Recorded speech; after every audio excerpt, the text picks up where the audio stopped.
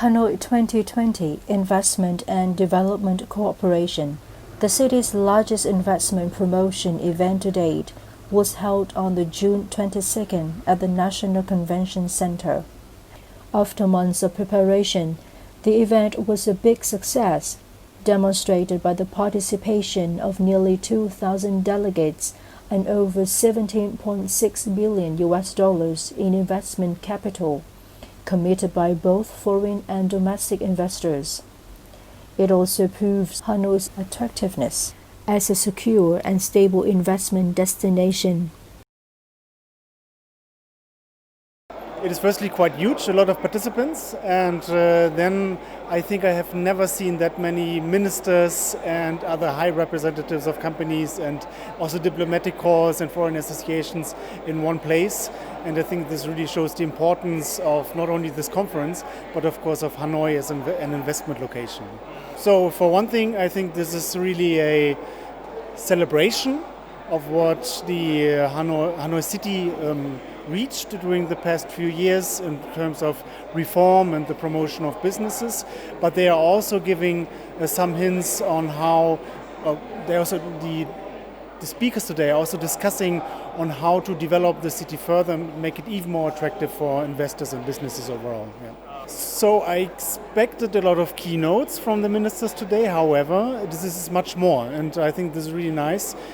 So what I've seen so far is that the responsible people on the stage, they didn't only give big speeches, but also really contributed to the discussion and try to engage with the audience, which I really think is a nice feature of this conference.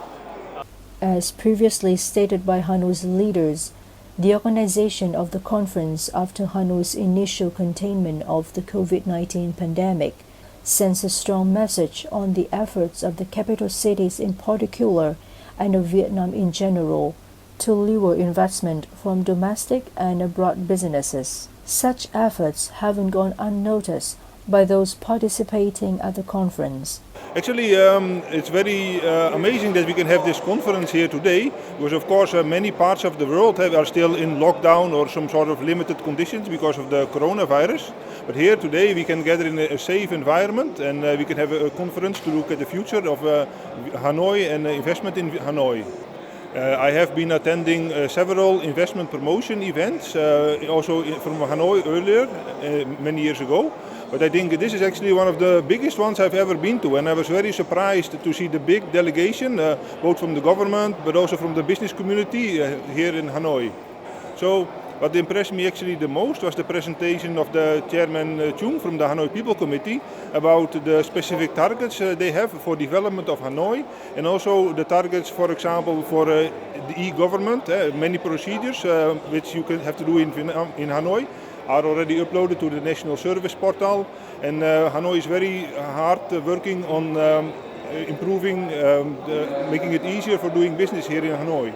Well, this was a great event. It was obviously very well organized, only 4 hours, but I think at least 4 weeks of preparation. And I must say the quality showed that there was not only very good preparation, but also leadership and engagement from both the Hanoi government as well as from the national government. So I was happy to participate. It's very important for the economic growth of Vietnam that we make sure that trade and investment can restart. And we should work towards sustainable trade and qualitative investment. And I think that your government leaders today underlined that that is what they are seeking as well. And as the Netherlands, we are a major trader, a major investor, and I have a number of Dutch companies who are very eager to strengthen the relation that they have with Hanoi. At a time when the COVID-19 pandemic is wreaking havoc globally, countries around the world are turning to FDI to add their respective economic recovery processes. Kai Ko Ho, IFC Regional Manager for Vietnam, Cambodia and Laos, urged Vietnam to expand its integration into global value chain to stay ahead of others in attracting high-quality FDI flows. continue to move up the value chain. It's really simple. Move up as far as higher value products, but also increase contributions both on the earlier supply in terms of R&D and component development, but also downstream as far as servicing and marketing it, etc. There are pathways forward as exhibited by other value addition countries in the region like Japan and Korea, and Vietnam just needs to follow that course, but in Vietnam's own way, of course. At the conference, leaders of Hanois have granted investment certificates to 229 projects with total capital of $17.6 billion US. The total number of projects in capital are respectively 5 and 11 times those announced at a similar conference held in 2016.